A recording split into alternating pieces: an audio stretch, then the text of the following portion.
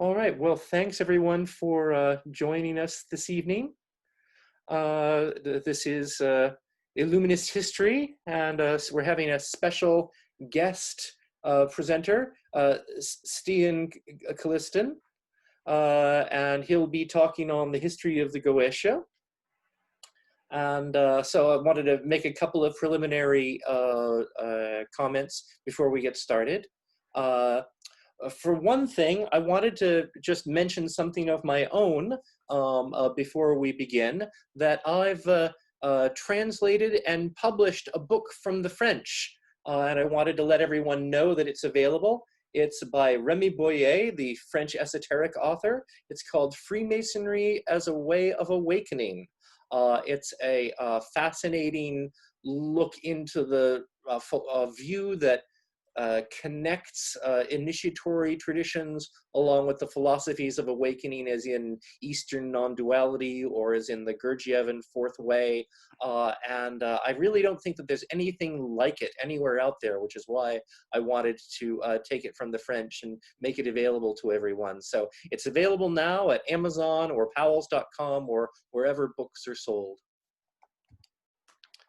That being said, I wanted to introduce you to Stian, who I've known for, maybe 5 years or more now, and is an amazing scholar, historian, and magician, and all-around fun guy. I've known him from the Cascadian Illuminati, and as well as other places. And when it came up for coming up with the conception of this history class, I realized that the whole area of grimoires is something that is a big, something that I'd like to know more about, and I'm not really in a position to lecture on myself. But Stian came to mind. It's a passion of his, and he has much of interest to contribute. So at this point, I'd like to give the floor to Stian. Thank you for being with us. Thank you so much for having me, Michael. It's a great pleasure to present. I like to talk about this subject a lot. I don't normally do it in kind of a semi-formal setting like this. And so this is going to be relatively relaxed and laid back. What I'd like to do is, for one, I don't have a PowerPoint. I don't do slides. PowerPoint is my mortal enemy, and I find it often takes away from what I'm trying to convey rather than add to it. So I'm gonna be talking a lot. Feel free to take notes. We're gonna be covering a lot of different things. Also, feel free to ask questions at any time. Ideally, just ask the questions in chat and I'll try to catch them. I'll try not to wander too much off topic or kind of disrupt things. So I may not just answer immediately. I may wait for a natural break, but questions are welcome anytime. To introduce myself, for those of you that don't know me, I'm Stian Kulystin. I've been a practicing magician of various flavors for over 25 years now. I come from a background where I started with what we could consider British traditional Wicca, Gardnerian and Alexandrian. Moved on from there into modern ceremonial magic. Did a stint in the OTO. Did some AA work. Moved into the Golden Dawn later, and was very active in the open source order of the Golden Dawn. Went through that whole system and was was a temple imperator for a temple here in Seattle that closed down about 5 years ago. I've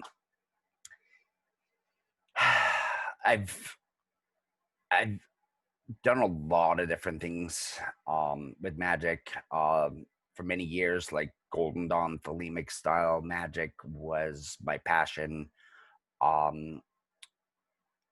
But then I kind of got hooked on the grimoires, and I started looking at the Western magical tradition as it existed before Victorian Lodge magic came around.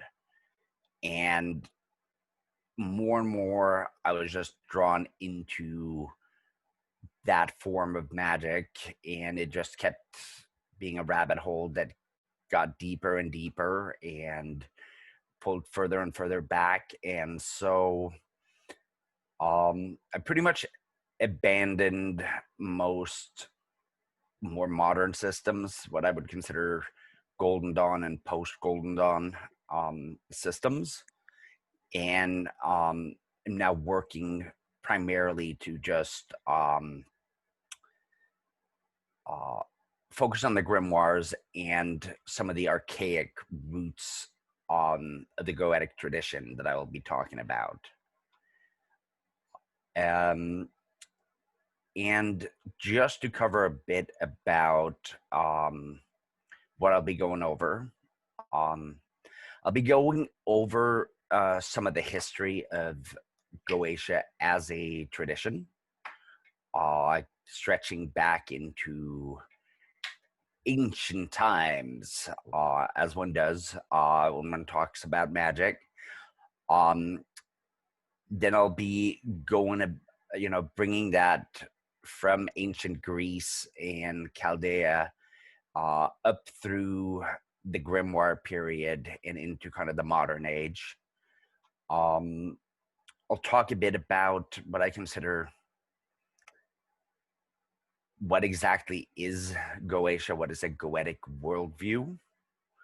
We'll talk about some specific grimoires and any questions that any of you might have. So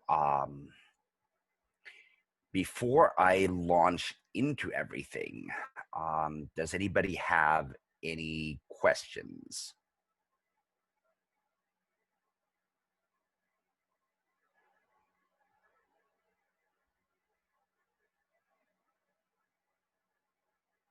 Not that I'm seeing. All right. So, Goetia. What is Goetia? I can tell you what I think it's not. A lot of times when people hear the word or use it these days, they think it's tied to a specific book. And that book is the one called the Goetia, or more properly, the Ars Goetia. It wasn't called the Goetia until the Mathers and Crowley version of it came out in the early 20th century in 1904, where it was published as the Goetia Lesser Key of Solomon the King. Before that, the word wasn't particularly associated with a book, even though the Ars Goetia that Mathers transcribed and Crowley published had been around for quite a while. But it was a somewhat obscure grimoire. It wasn't as well known as several others. It became much better known due to the connection with Crowley. And so what happened in the 20th century is we get this idea that the Goetia ties specifically to that book and its catalog of 72 spirits. You see that in a lot of magical literature. You see that even in pop culture. If anyone's ever read Alan Moore's Promethea, for instance, um, you have guest appearances by the demons of that book, and they refer to themselves as the Goetia. You get the idea that Goetia is specifically about these 72 demons,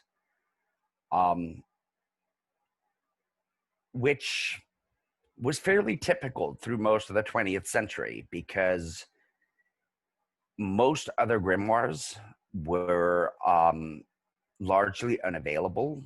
You had to, go look at ancient manuscripts like the Sloan Collection or Lansdowne or Wellcome. They certainly weren't published, certainly not in English, a lot of them. Or you could find kind of spotty and dubious editions. So if Goetia is not about that particular book, what is it? Another thing that late 19th, early 20th century authors like to talk about when they mention Goetia is that it's from an ancient Greek word that translates as howling. I've seen a lot of interesting interpretations on that have referred to like the howling of spirits, or the lamentations of the dead themselves. Probably the original meaning had to do with wailing or lamenting rather than howling. It ties back to ancient Greek funerary practices and the act of wailing or mourning the dead as part of rituals to help guide the souls to the underworld. It certainly had kind of a psychopompic connotation. And Goetia is tied to, it's more about describing the practitioner, the person doing a certain form of magic, than it is to describe a specific class of spirits, for instance. Like, I like to say there are no goetic demons, there are only goetic magicians. And the term goez was a term that was used to describe certain kinds of sorcerers back in ancient Greece, long before the Persian word magia or magia became popular in Greece. They used different words for different kinds of sorcerers. You had the goes who trafficked in spirits. You had pharmakos, which was enchantment through drugs. You had epodos, which was magic through chanting, for instance. All of these were seen as kind of separate arts. There were some overlaps, certainly. But as the Persian word that we base magic on kind of rose to ascendancy, Goetia and the term goes kind of became more of a slur. It was seen as disreputable. These sorcerers were often seen as charlatans or shady individuals that couldn't be trusted. This happens kind of during the rise of the polis in ancient Greeks. So we have kind of the 600 to 400 BCE era where we kind of start seeing the rise of Athens and all of that, where Greek society undergoes a transformation that is a big cultural shift and also a big religious shift. The Goes of the ancient period were mostly renowned for their chthonic practices. As mentioned, they worked a lot with the spirits of the dead. It was said that if you could, help send the dead to the underworld, you could also, by the same powers, bring their shades back, for instance. And so necromancy was a big part of the Goes repertoire. But it also involved working with other spirits and entities of the underworld. You see it certainly in working with figures like Hades and Persephone, with Hecate, with Cerberus, and also like the Furies, other underworld entities, Charon, were all popular entities to work with. And under them, they had innumerable other daimons or spirits that carried out the wishes. As Greece became, I hate to use the word civilized, but as it kind of shifted from being just a bunch of independent city-states to a more cosmopolitan kind of nation-building part, where you have the rise of Athens and Sparta. They dealt with the Persian invasions at the time. Everybody's probably familiar with some parts of that story from the movie 300, if nothing else. You kind of see an emerging Greek identity that started focusing on kind of a collective idea, the citizen of the polis, which becomes democracy. It's everybody's responsibility to kind of fit into this model, and you start seeing a different rise in how the state and religion in Greece kind of merge together, and religion becomes very much tied to politics to a certain extent. A lot of priests and religious leaders were elected or appointed by political leaders, more so than necessarily because of their affinity or devotion to particular deities. And what was emphasized was certainly the primary Olympian deities, and largely the non-chthonic ones. And chthonic in this sense, we're talking about the underworld spirits, the spirits of this world and underworld.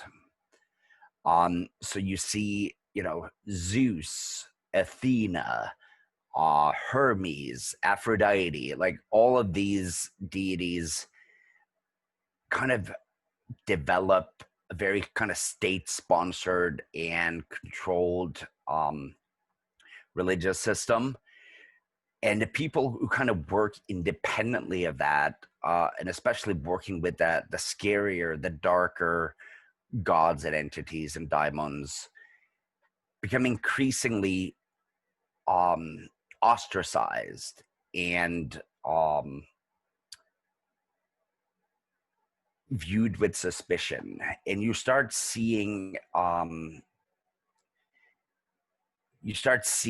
a lot of references as you go further, where it becomes increasingly a slur.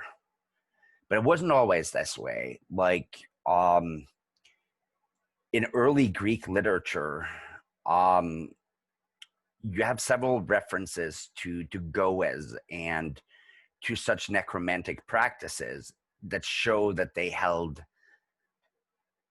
a more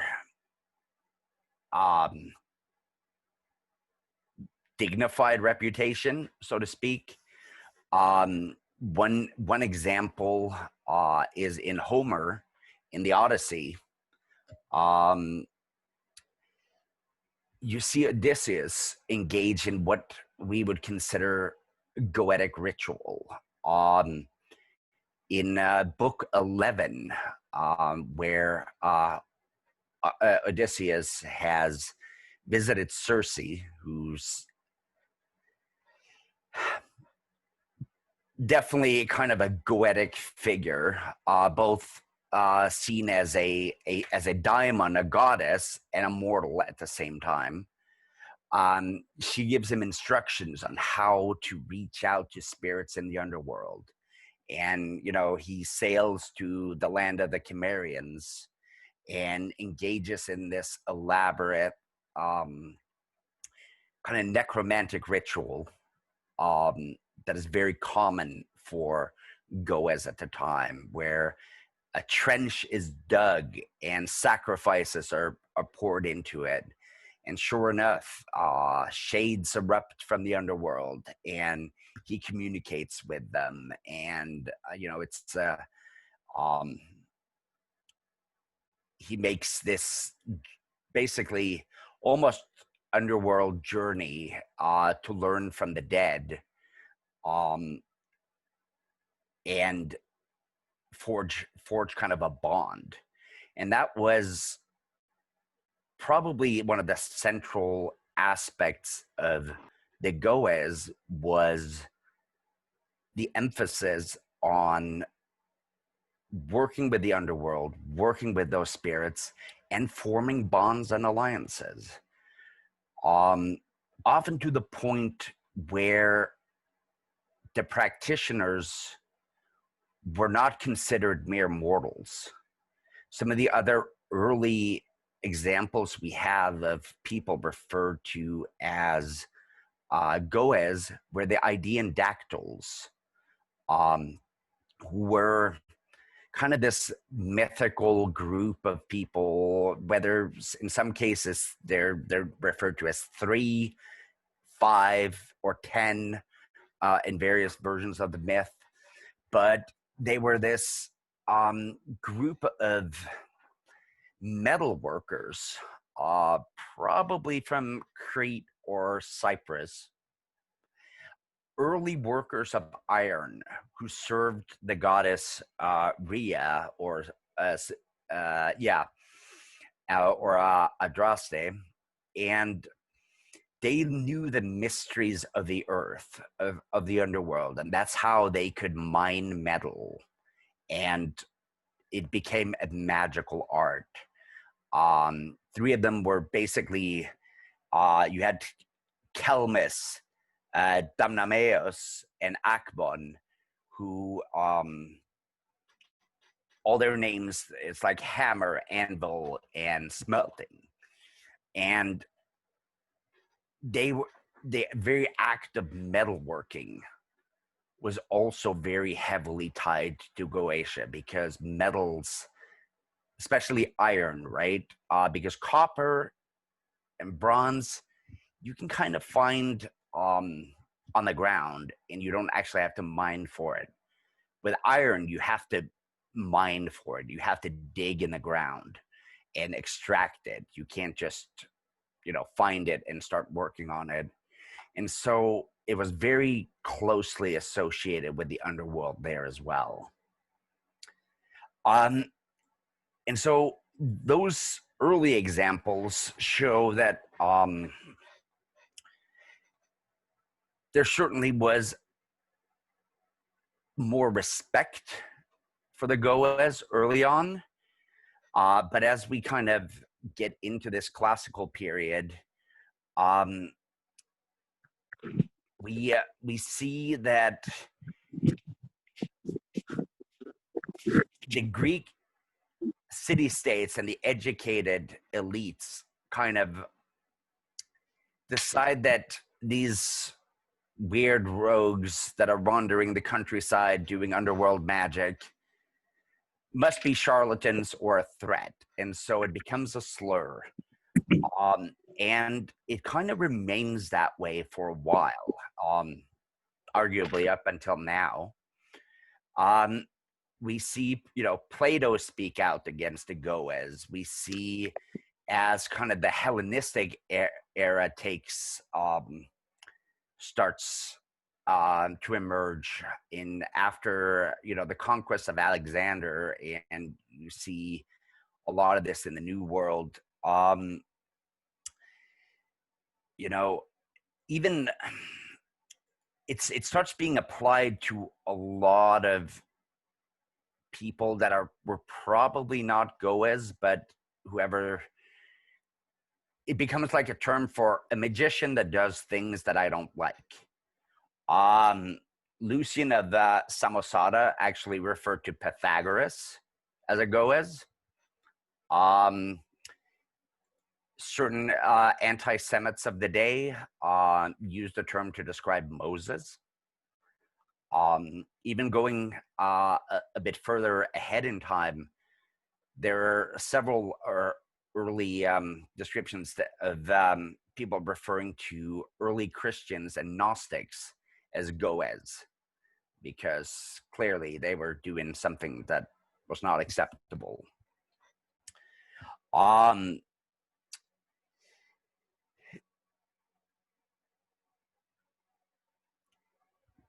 So yeah,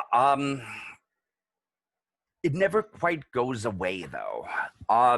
Even as you start having these more refined ideas of the gods that are, coming from, Greek plays and literature and kind of the high culture of the day. You see a lot of these, the gods, they get idealized. We see mostly their good side, or at least how people at the time thought of their good sides.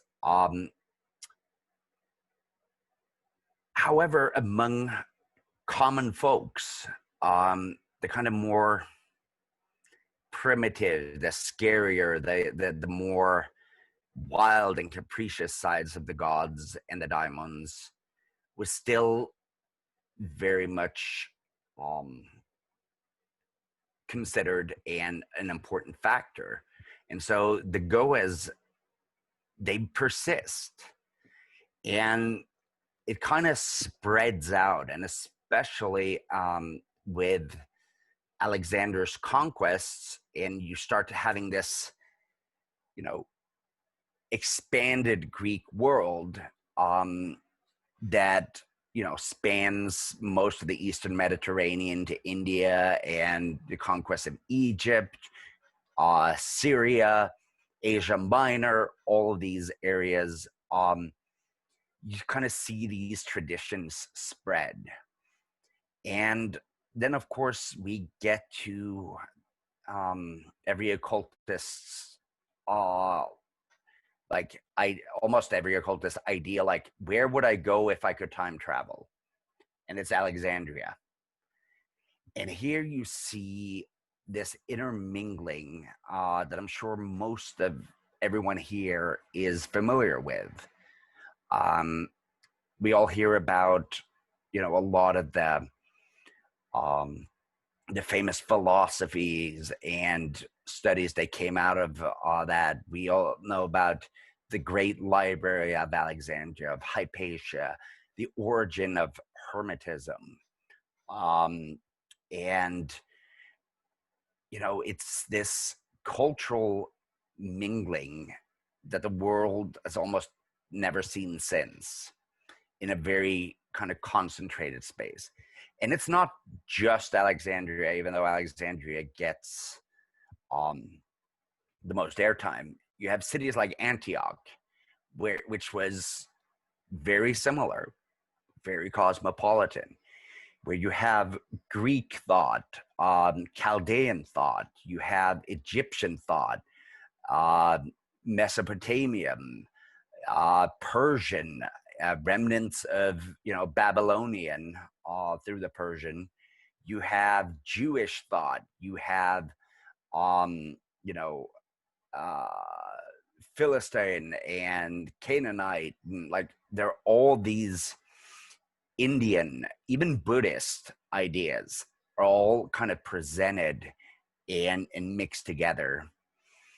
And that the great thing that came out of that seemed to be very valued in occult history is, of course, the Corpus Hermeticum, the teachings of Hermes Trismegistus, who ironically a later Christian writer, Michael Psellus, definitely referred to Hermes Trismegistus as a Goez.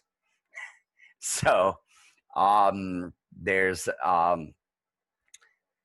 a long tradition, but one thing we see in large parts, thanks to the rediscovery of what a lot of people here, I'm sure, are familiar with, the Greek magical papyri. Here we have a collection not of philosophical hermetic ideas as much as practical magic of the age. And it spans, several hundred years of tradition and incorporates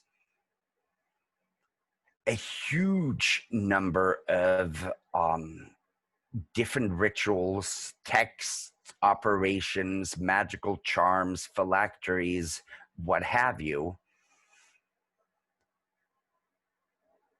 But it's a noticeably different tone to a lot of it than the more, shall we say, refined and philosophical Hermetica of the day. Here you see invocations and spells that call upon gods and daimons from a number of different backgrounds. But one of the things that is shocking is that it's often not, the mighty Zeus or even, Isis or Ra that are called upon. A lot of the times we see it's Hecate, it's Typhon, it's Set. It's a lot of these kind of wild, capricious, underworld associated deities that sorry, that certainly seem to have had a very big role in the practical magic of the day. And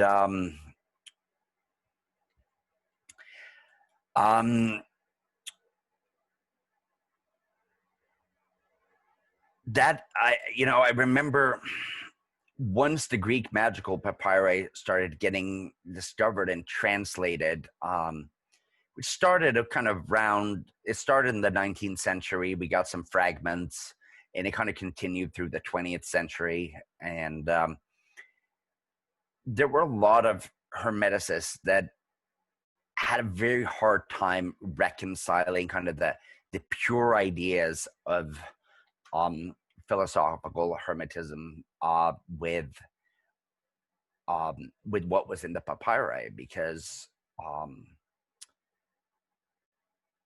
they often very differed.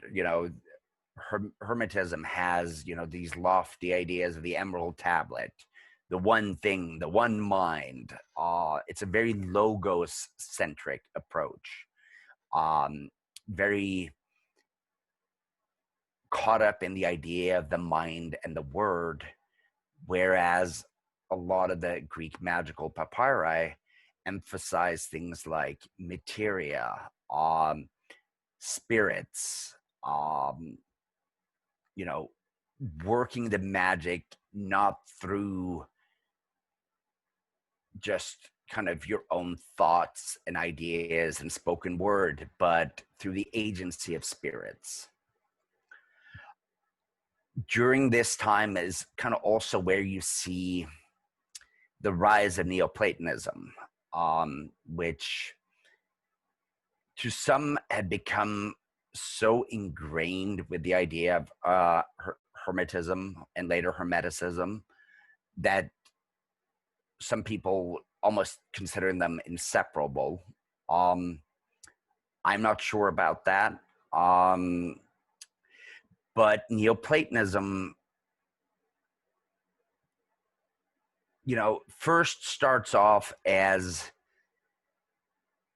being rather magic hostile, not very keen on magic. Then you get kind of Iamblichus comes along and develops theurgy. And at that point, theurgy kind of becomes taken as a opposite to Goetia. It's the good magic, whereas Goetia is the bad magic. Theurgy is seen as uniting with the divine, whereas Goetia is seen as the act of calling up spirits to do your worldly bidding. And this is kind of a distinction that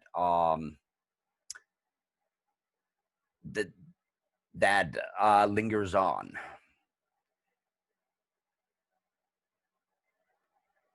All right, just checking to. Yeah, I would consider the Goas to be earthly and underworldly, and that actually is a good segue into describing a little bit of how the Goetic worldview and cosmology kind of differs from what came later after Neoplatonism. One of the fundamental things about Goetic worldview is that we like to say it's sublunar. It is considered to be about this world that we're on, and the underworld, and up to kind of the moon, so like aerial spirits and everything there, but it doesn't necessarily reach into the celestial realm. There are certainly some planetary and astrological elements that carry into it, but for the Goas, it is the sublunar sphere, this world and the underworld, that take primary precedence. They acknowledge a celestial realm, but it is often seen as more distant, less immediately important. Whereas with the rise of Neoplatonism, also you see it in certain forms of Gnosticism, you start to get this idea not just of a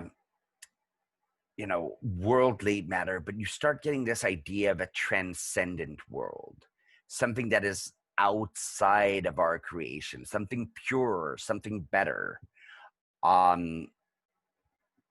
something that exists outside and beyond creation. And it becomes a magical goal for many practitioners or people influenced by Neoplatonism, including Kabbalah. Kabbalah is clearly heavily influenced by some Neoplatonist thought. You get this idea of worlds beyond this one, and that also ends up leading to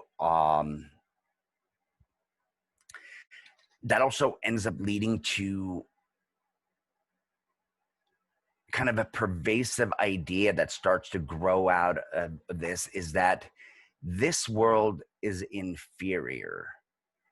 And it goes from there to this world is bad. And especially the underworld. The underworld is seen as very dubious, because being trapped in the underworld means you're not ascending to these further realms. We start seeing kind of, whereas the original Greek, Egyptian, etc. conceptions of the underworld weren't, I mean, they weren't necessarily great, like being stuck in the fields of asphodel in Greek mythology was boring. It seemed rather joyless, even though they had other parts of the underworld like Elysium that was reserved for special heroes. But it wasn't really about punishment. As you kind of start seeing this more and more like world-hating view, then you start slipping into this idea of the transcendent being almost heaven, this outside of creation, this heaven, this paradise, this idealized realm that you go to if you're good. And if you're bad, you go to an underworld that is about eternal torture. These ideas kind of start to solidify. And that, of course, not only makes the Goes even more dubious, because clearly they're working with hell, but also you see these daimons, these spirits that weren't necessarily good nor evil in pre-Christian thought, gradually become more and more identified with what we consider today to be demons. They become agents of evil, of corruption, and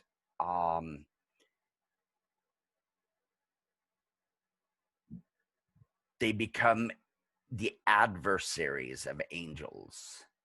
Whereas in original Greek thought, angelos and daimonos, neither were really good or evil. They were spirits that served different functions. But we start seeing this conflict emerge. Mm-hmm. And what we see is another part of kind of this Hellenistic syncretism is you have some parts of Christian thought heavily influenced by various Jewish apocalypse-oriented sects. You start mingling various forms of like Jewish and Babylonian demonology in with the concept of the Goes. You start seeing the emergence of things like the Book of Enoch and its myth of fallen angels. And while that was never considered canon, it still had a very profound effect on early Christianity and Christian thought. You can see that kind of the same strains that informed the Book of Enoch and Jubilee and certain other kind of apocryphal texts starts to influence, you know, before kind of Christianity settles on the current, you know, canon, which, you know, takes place in about 325 AD at the Church Council in Nicaea. You see there are a lot of different gospels, a lot of different apocryphal texts that are floating around. And the most famous, of course, is the Revelations, which was really just one of many apocalyptic texts that were floating around at the time. And you can see that it is heavily influenced by certain others because it has a lot of references that you can't really back up just by using other books of the Bible.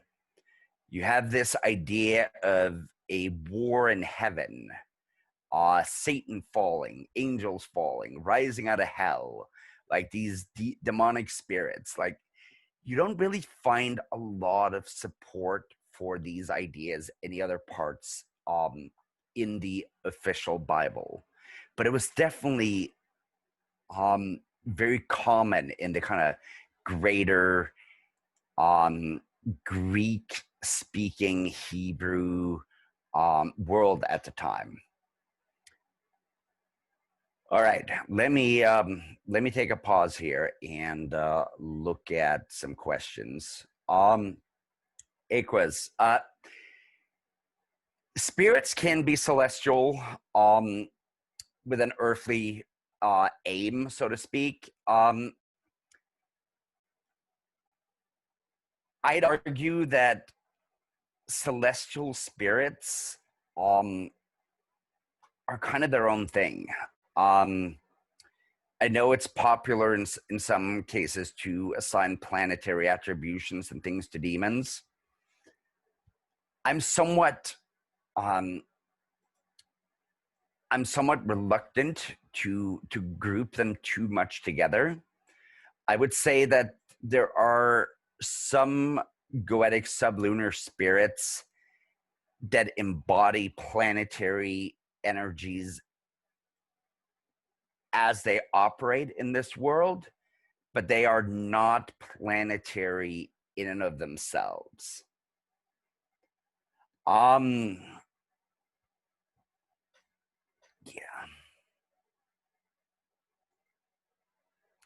Yeah, Sarah, you're absolutely right. The early Gnostic texts have a lot of this. There's a lot of magic, and as I said, a lot of Gnostics were definitely considered to be Goetic at the time.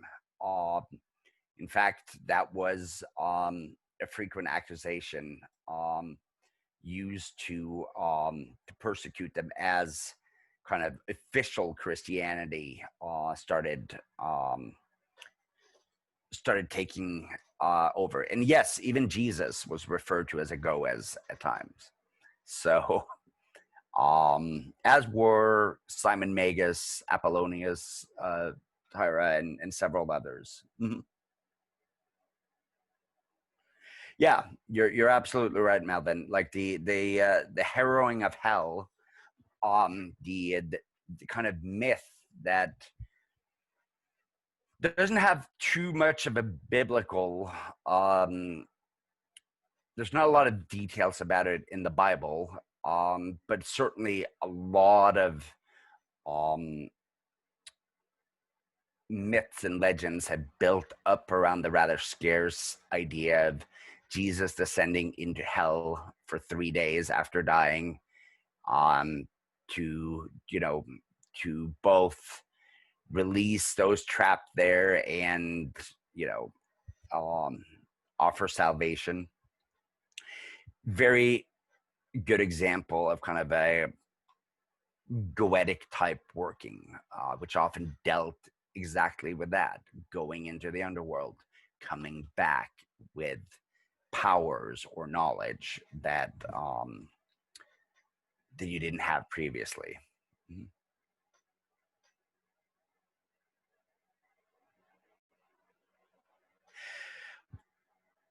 So it depends. It depends on which spirits. Grimoires often will have both demonic or chthonic lists of spirits and celestial spirits. Often the celestial ones are often portrayed as angels.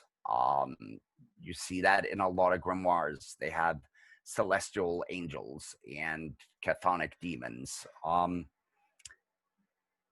It's not a cut and dry distinction because different grimoires have different ideas about it. But generally, they try to kind of keep them separately.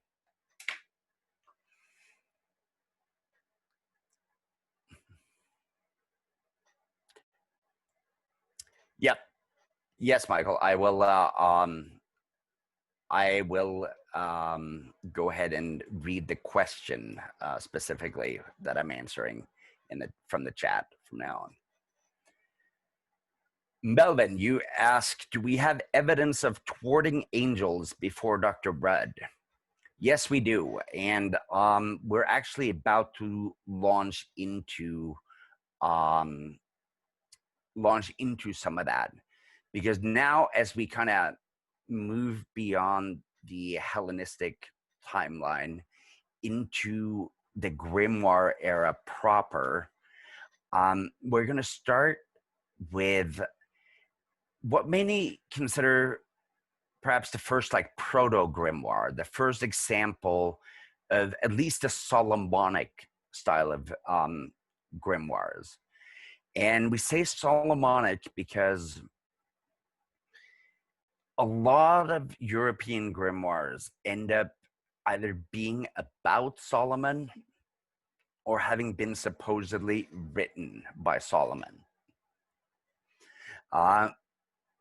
The first example we have is a book that is now known as the Testament of Solomon.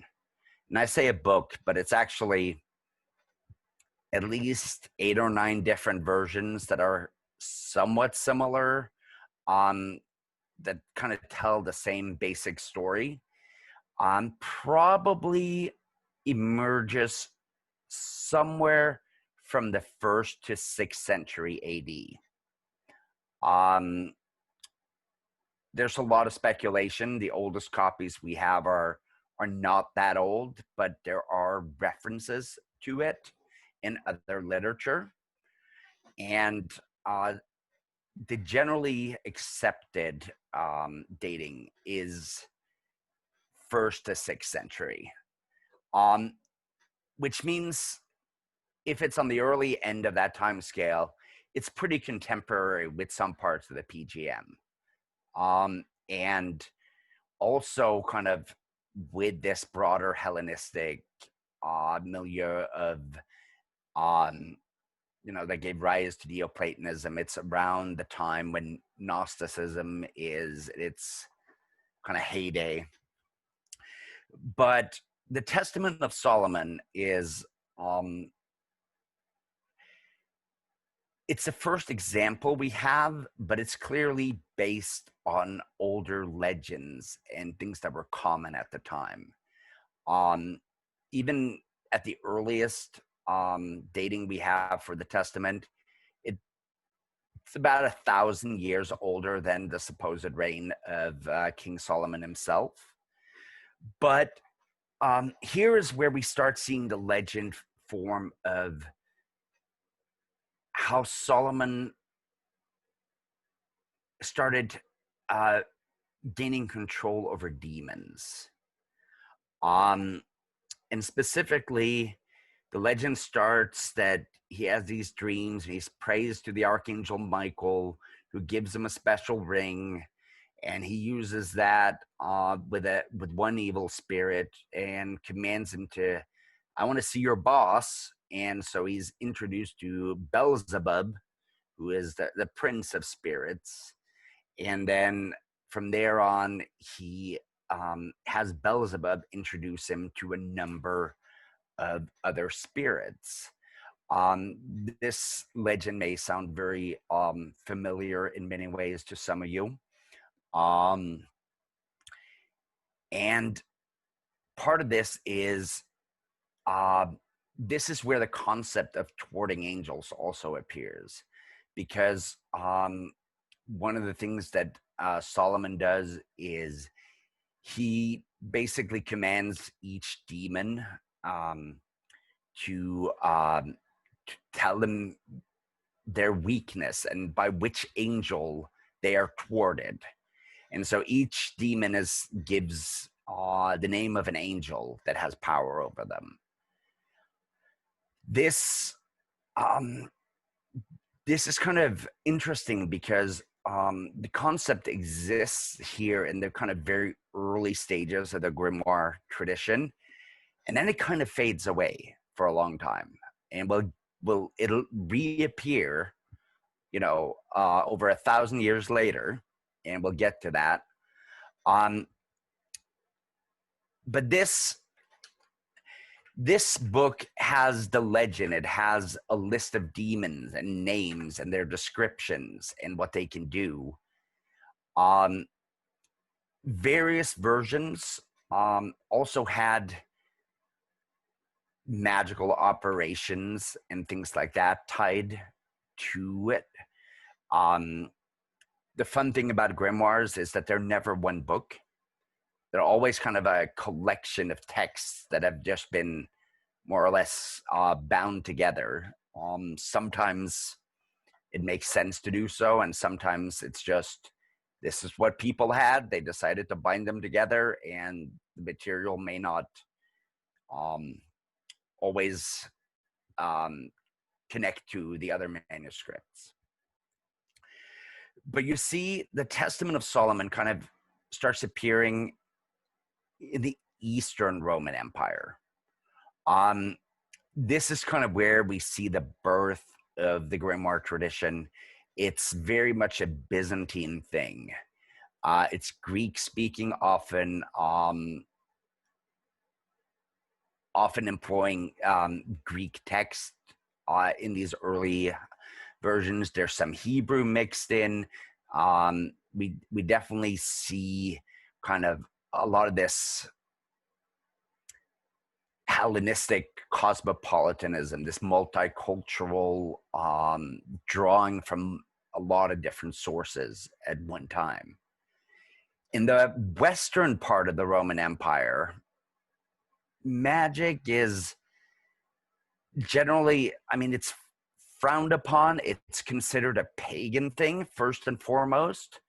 The Western Church doesn't see it as necessarily as demonic at this point. The Western Church is very busy, converting Northern and Western Europe, and winning over the pagans more than anything. And so they're not too concerned with coming up with elaborate theories of, Satan and the infernal legions at this point. You see that more in the East, and in kind of the Byzantine Empire, you start seeing more and more kind of these thought out, hierarchical, very orderly ideas of the spirits of the underworld. And they take a very astounding kind of mishmash of pre-Christian figures and organizes them into these kind of elaborate infernal hierarchies. The next kind of major book that comes after the Testament of Solomon is known as the Magical Treatise of Solomon, or the Hygromanteia. And it's a fascinating book in the sense that whereas the Testament is mostly about the story and the spirits, the Hygromanteia it builds upon the Testament, but it also has a lot more practical magic. It has a kind of a wider range of things, including things like angels of the days and seasons. You start seeing some of the proto-pentacles and things like that start appearing.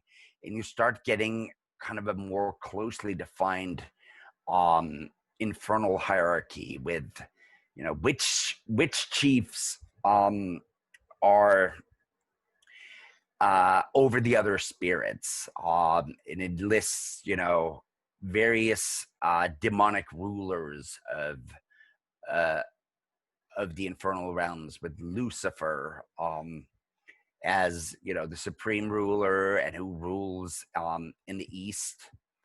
You have Beelzebub in the south, who's the next one. You have Astaroth, who rules the west, and Asmodeus, who rules the north. And all these spirits are kind of they're remnants of older gods and spirits that now have been demoted to becoming rulers of hell.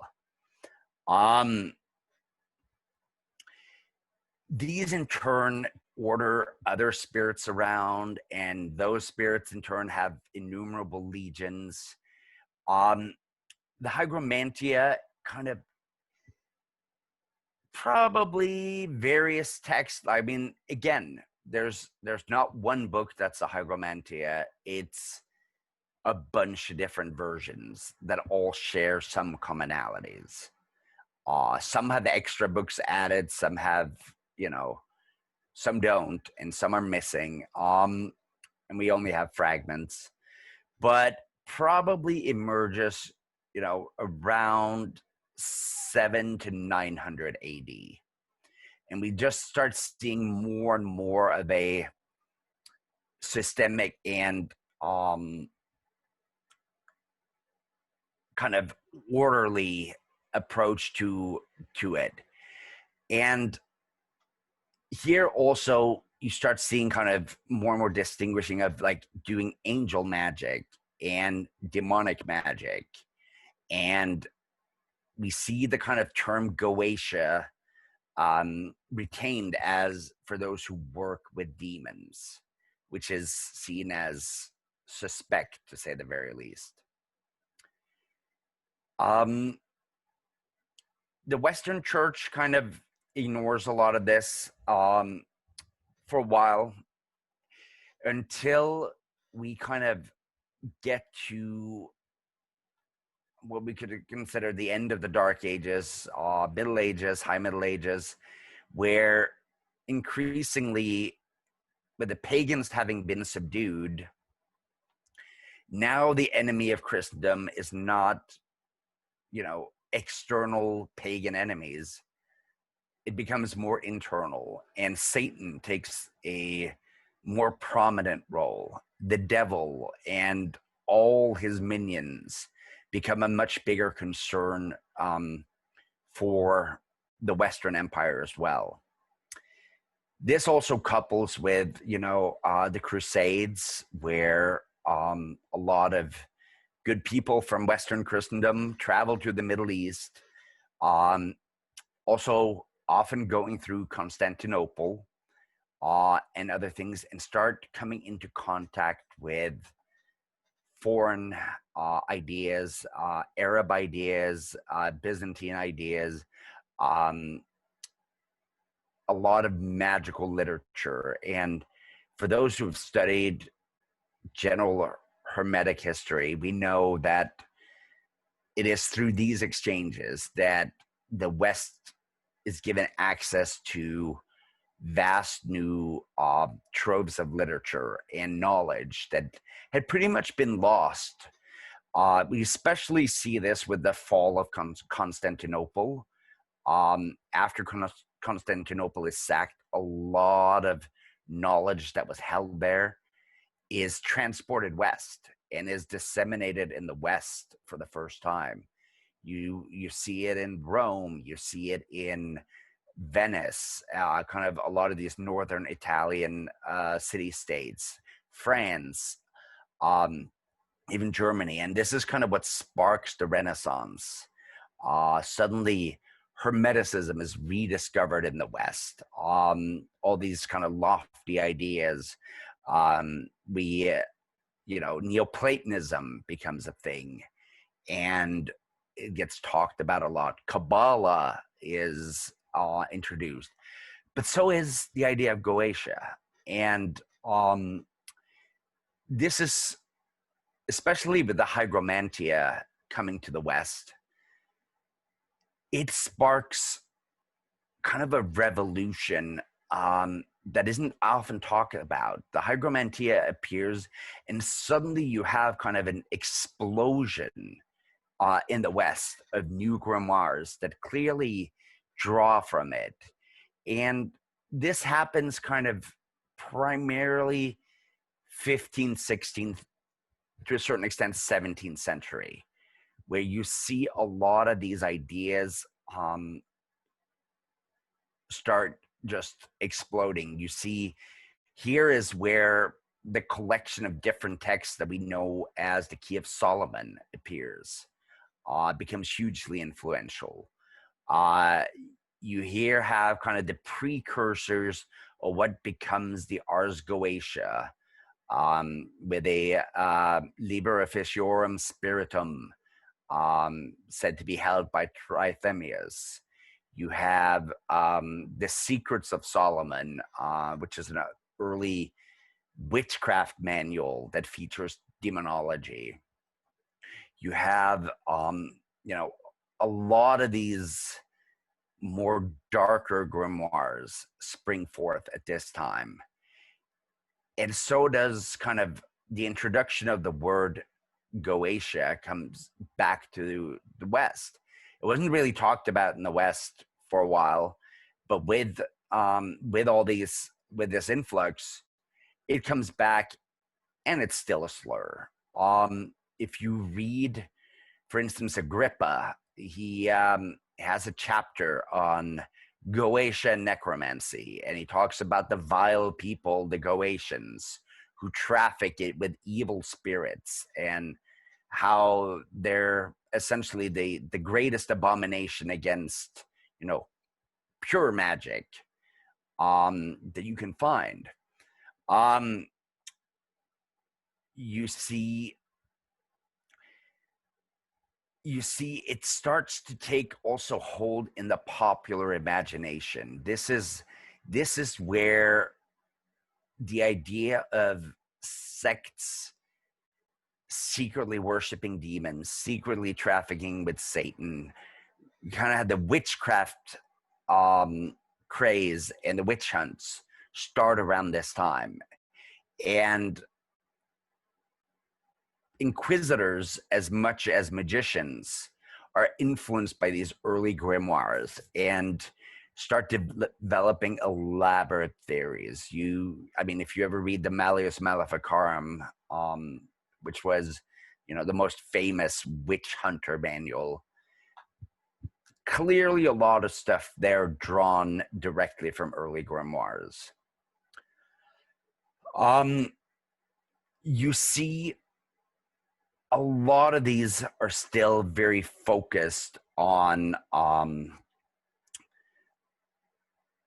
Solomon, and both for good and bad. There are grimoires that are very kind of like angelic oriented, that's talking about the pure holy magic of Solomon. And then you have the more demonic oriented ones that are all about like how Solomon was ultimately corrupted and fell from grace and demons and all of that.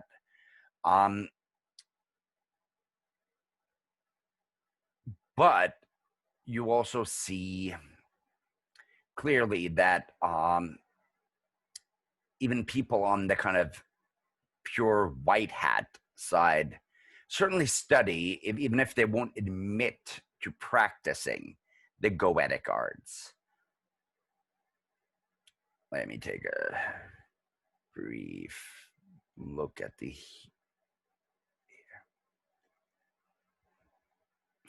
All right, Melvin, you asked, are the four kings at all related to the Anemoi Venti or four winds? I haven't gone into the four kings yet. The four kings are pretty much a central tenet in a lot of grimoire demonology. Are they related to the four winds? Maybe.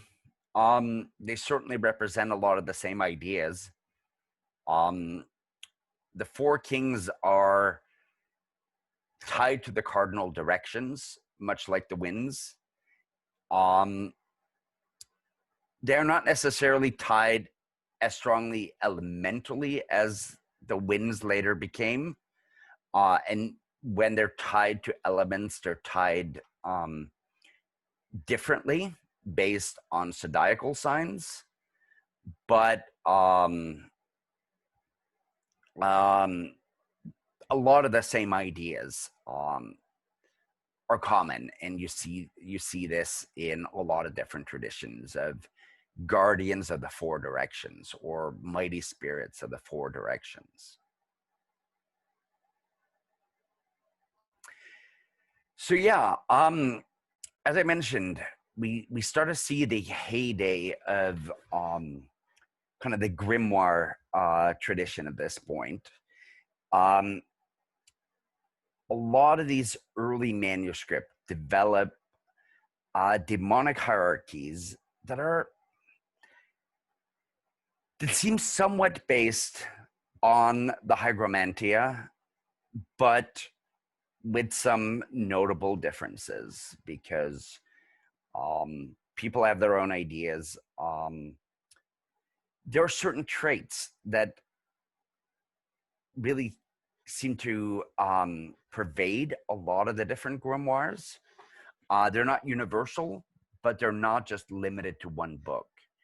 So kind of some of the main strains you see is what eventually becomes the book that everyone's familiar with, the Goetia or Ars Goetia.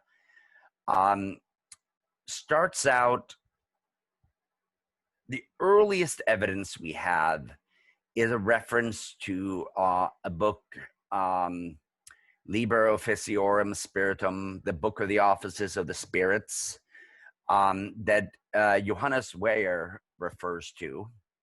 Weyer was a student of the abbot Trithemius and Agrippa, and it is said that Trithemius had a copy of this book, and that was one of the main sources for Weyer's own book, which was known as the Pseudomonarchia Daemonum.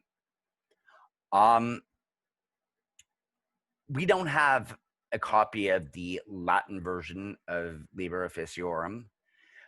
In recent years, we have gotten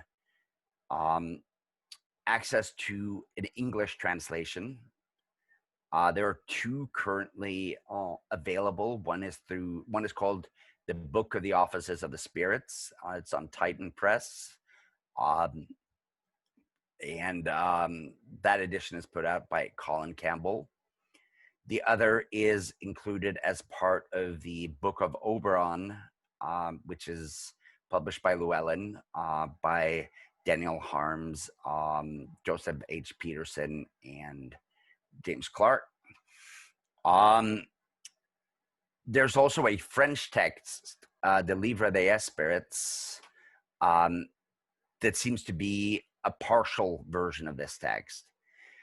Describes a lot of demons that later become recognizable in the Ars Goetia, except it has some missing bits. It talks very much about a hierarchy where you have three supreme spirits that are the rulers of hell, so to speak. And then you have four kings that are the rulers of the four directions and who guide a lot of the spirits that act in our world. And we see kind of a conflation between pure underworld spirits and spirits that are part of this world. And from a Christian point of view, as long as they're not angels, they pretty much have to be demons. But some of them are considered more evil and corrupt than others. The three supreme chiefs primarily, rule hell and the legions that are there. The four kings, often seen, they're certainly considered demonic, but their spirits are more ones that are present in this world. This idea of three chiefs and four kings persists not just from the Book of Offices. You see similar versions, but with some discrepancies in what's called the Secrets of Solomon, or the Secretis. some of them use slightly different variations. For instance, Lucifer and Beelzebub are pretty much always considered among the chiefs. But some have Satan as the third chief, some have Astaroth. Also, with the four kings, you see various variations, but the most common one is Orions as the king of the east, Amaimon as the king of the south, Paimon as the king of the west, and Egin as the king of the north. Agrippa mentions these, as does a number of early texts, including the Key of Solomon, the Book of Offices. You have later manuals like the recently published An Excellent Book of the Art of Magic, which was just put out by Scarlet Imprint, which is an early modernist guide to necromancy. You have them in things like the Clavis Inferni, also known as the Grimoire of Cyprian. You see them in just a whole bunch of different manuscripts. You get this idea that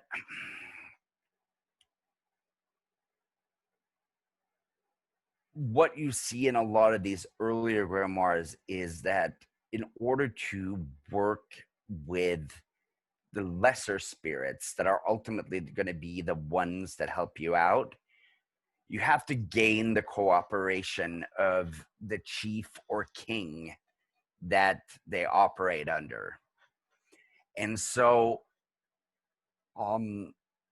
we see here kind of remnants of pagan thought too, because in a lot of early or late pagan thought, if you were going to work with a daimon that was part of a retinue of a particular god or goddess, you had to get the cooperation of that god or goddess first so that you could boss their underling around.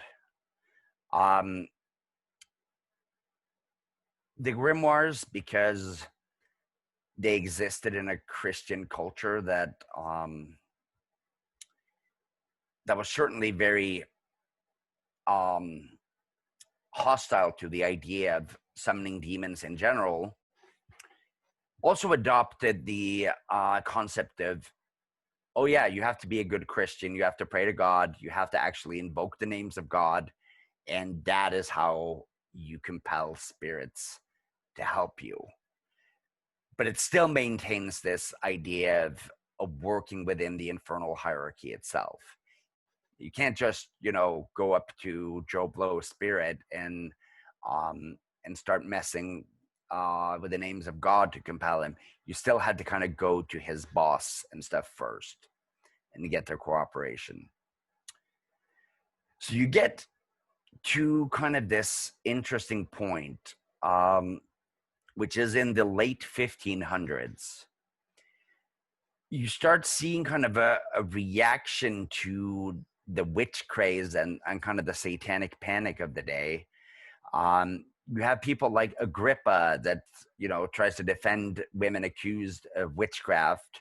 And then Johannes Weyer, who is a physician, comes out with this kind of notion that belief in demons and working and summoning them, it's not actually real. It's just delusions people are having. Like, they think they're in touch with demons, but they're actually just crazy. Which, was a strategy to actually combat the inquisitors of the day. It's like, no, they're not in league with Satan. They're just deluded. He publishes his the prestigious Daemonum, which is a large book that basically is all about like explaining how people who believe in demons are crazy. and how silly it is. And he includes there an appendix that's the Pseudomonarchia Daemonum, where he's like, here, I'll show you how ridiculous their beliefs are. Here is the hierarchy of demons, the hierarchy of hell, and how they think different demons operate. But before he does that, he has a thought like, oh, I should be careful because somebody might take this and try to work with it seriously. So he goes in and edits out a whole bunch from earlier sources. And especially like the upper hierarchy, he removes references to the 3 chiefs and the 4 kings, and just publishes a list of 68 demons that all have these various kind of feudal ranks, from kings to dukes to counts, marquis, and all of that, and how many legions they have, what their description is. But he intentionally kind of scrambles it. And Melvin here is mentioning that Scott's discovery of witchcraft had a similar purpose. You're absolutely right, Melvin. Scott's discovery of witchcraft had the exact same purpose. Scott also very much believed in Weyer's ideas. And in fact, he translated Weyer's Pseudomonarchia Daemonum and included it as part of a discovery of witchcraft. Of course, both Weyer and Scott failed. They tried to make sure that nobody used their works for actual magic, and in both cases, people still did. Scott's discovery of witchcraft included a number of spells and rituals and operations and things that was meant to highlight how ridiculous it was. And instead, people started using it. And it became one of the most common books of magic in the English-speaking world at the time. It first came out in the 1580s. In fact, it became so popular that after Scott's death, a second edition was released that included a bunch of chapters with more practical magic that weren't actually written by Scott. It was for a long time one of the most common books of magic in the British Isles. And it's also the direct precursor to the book called the Ars Goetia. The Ars Goetia, the Lesser Key of Solomon that we're familiar with, is pretty much a cut and paste job from Scott's discovery of witchcraft. Scott, like Weyer had a hierarchy of 69 spirits. Scott left one of them out. Coincidentally, that's the one that's also left out of the Ars Goetia. So the Ars Goetia gets 68 of its spirits directly from Weyer's Pseudomonarchia, and then adds kind of four extra spirits that are mainly traced to like folklore spirits in the British Isles. So the Lesser Key of Solomon is a very British English work. A lot of people have this idea that it's translated from Latin or that it was originally in Hebrew. It was not. It's a very British created and brought into the world there. And it appears kind of around mid-17th century.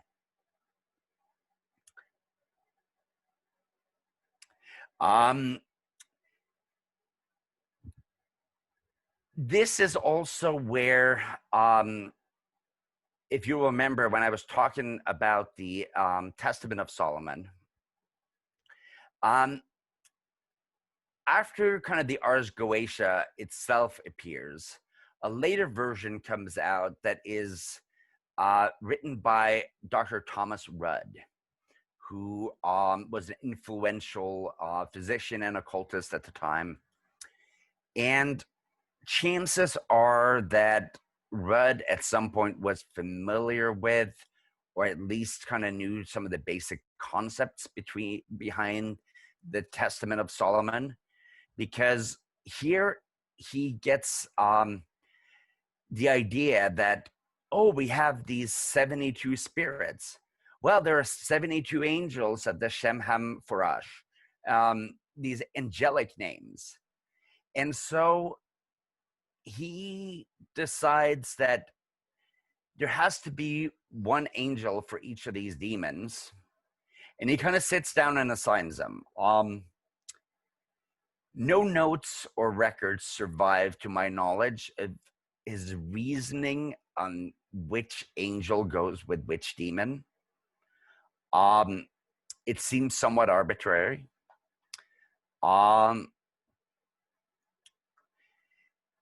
It's become a popular idea in among some modern practitioners.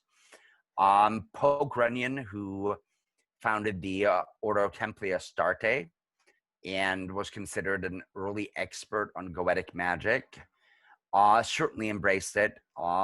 He was a very big fan of this idea. He's influenced others such as Von Milo Duquette, and later on, people like Gordon Winterfield, who was written a book called The Demons of Magic that very much kind of follows this line of reasoning. My personal take on it is that these attributions are dubious as and not reliable, because now that we kind of know the source and we can trace the history of the Ars Goetia back through various other spirit catalogs, we find that the number 72 is very arbitrary. The direct precursor was Scott's discovery of witchcraft at 68. Weyer had 69. The Book of Offices has 2 spirit lists. That is like 48 and something. I can't remember the other one. But these are the older sources that the Ars Goetia draws from. The fact that it arrives at 72 might be meaningful. You certainly can make some kind of mystical argument that finally they discovered the true configuration. I'm not sold on it, because we know what Weyer removed.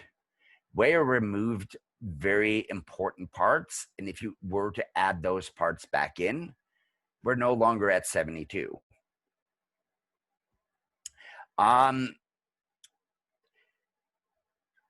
So again, the Lesser Key of Solomon is just one of many books that kind of arrive at this point. It's largely confined to England.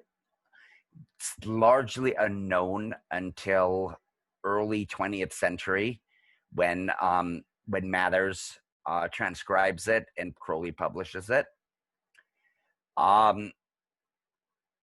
It's based on a lot of older texts. There are a lot of other similar grimoires that are described as Goetic, even by Mathers and Waite, because they didn't consider Goetic to refer to that book alone.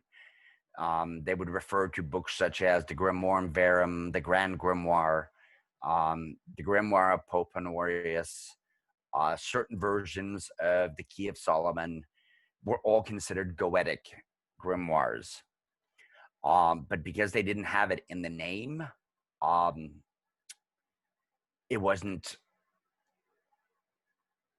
didn't stick. And so people ended up associating Goetia with just this one book.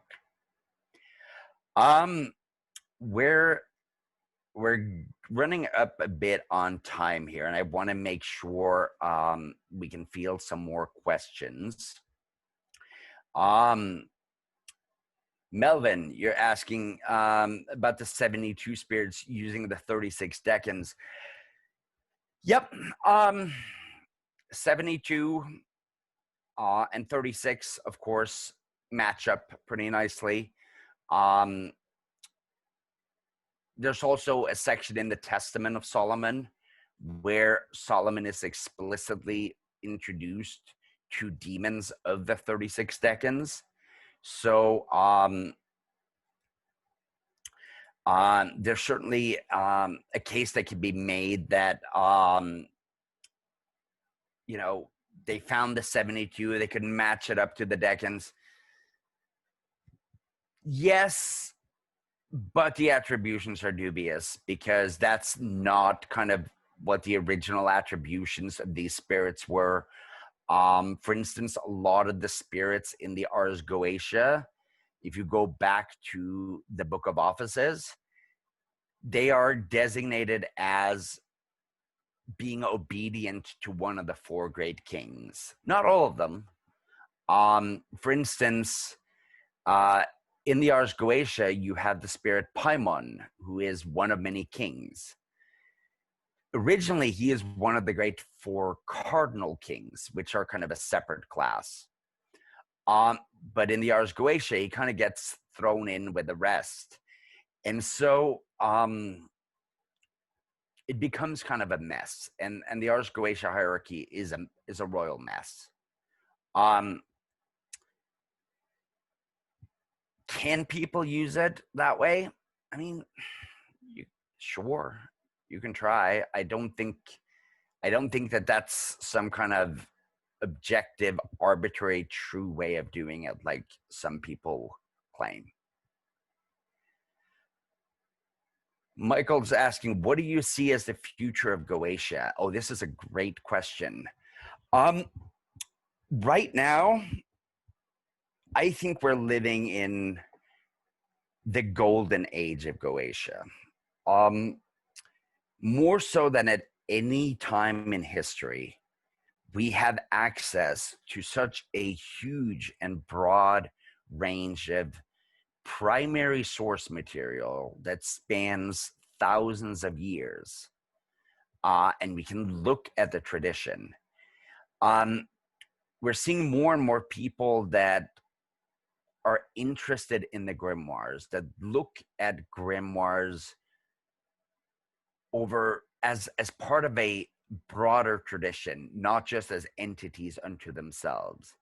For most of the 20th century, you had the Ars Goetia, you had the Mather's edition of the Key of Solomon, which was extremely heavily edited, and Mathers erased all the stuff he considered Goetic from it. But we now have much better versions. For instance, here, The Veritable Key of Solomon by Stephen Skinner and David Rankin. If you've only read the Mathers version of the Key of Solomon, you'll be blown away by this because there's so much more. We have the Hygromanteia, we have the Testament of Solomon, we have the PGM, we have all these various sources that people can review and compare and get the idea that there's a much broader tradition, and you can kind of see which elements are preserved over time. We're also living in an era where more and more people are shedding this notion of demons as just kind of the Christian or pop culture idea of agents of pure evil and corruption.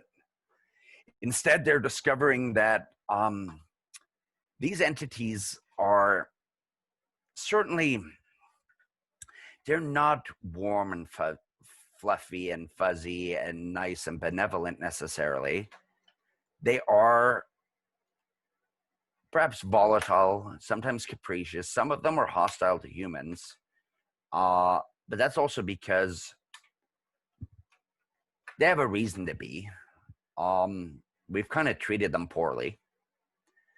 But they also are friendly and respectful to those they deem worthy, and to those who approach them with respect. There's a connection to the dead, the ancestors, the underworld, and deep ancestral wisdom that can be gained through working with them. It provides a worldview that, unlike, for instance, the Kabbalah, everybody's familiar probably with, the typical Golden Dawn tree of life.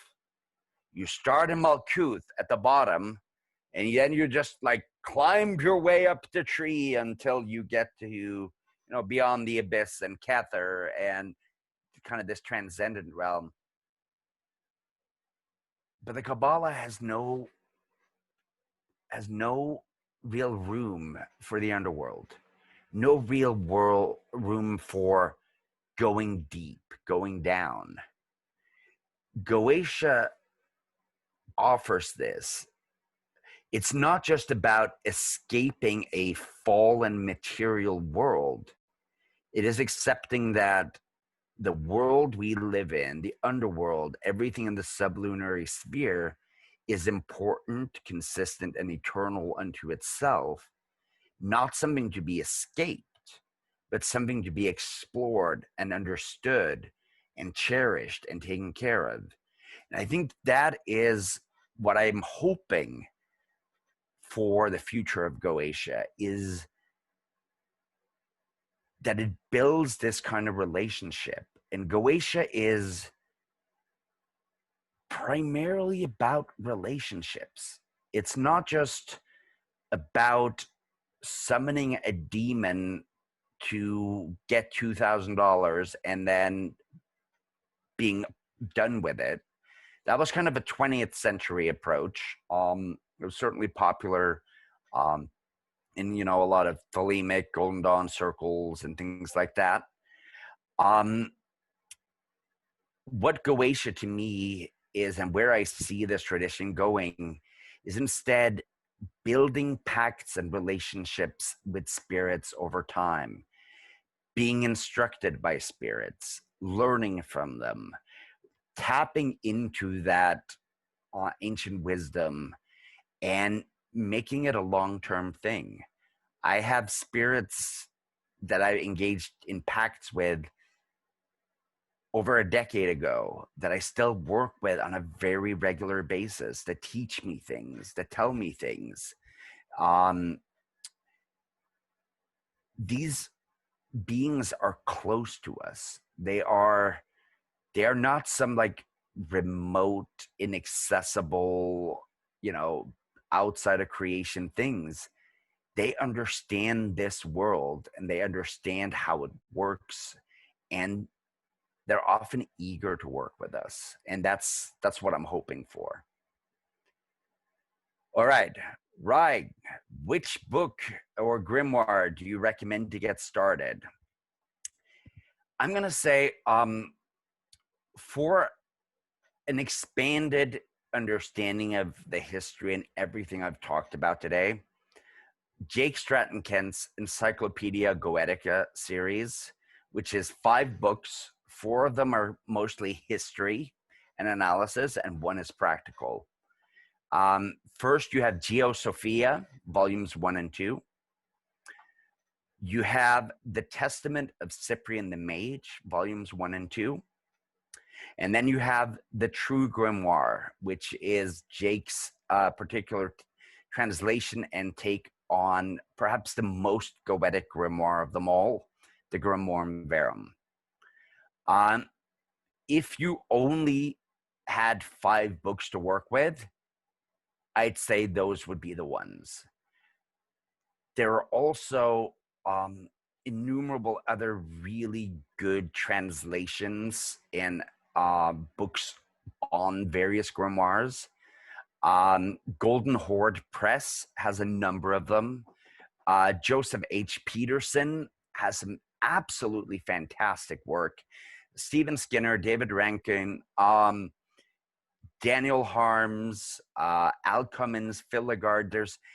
There's a lot of people that are working on these translations and bringing this material to light.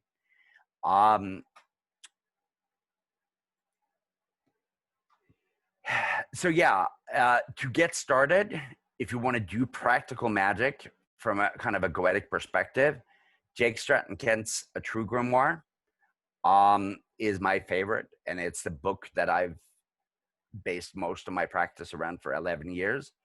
The others are supplemental.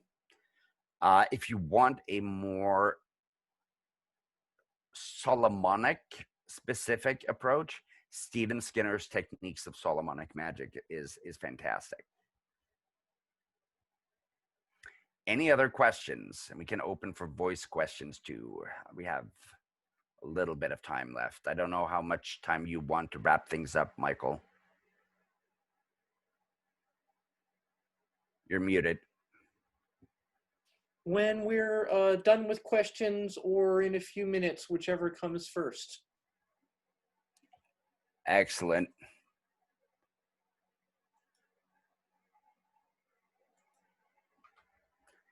Anything else?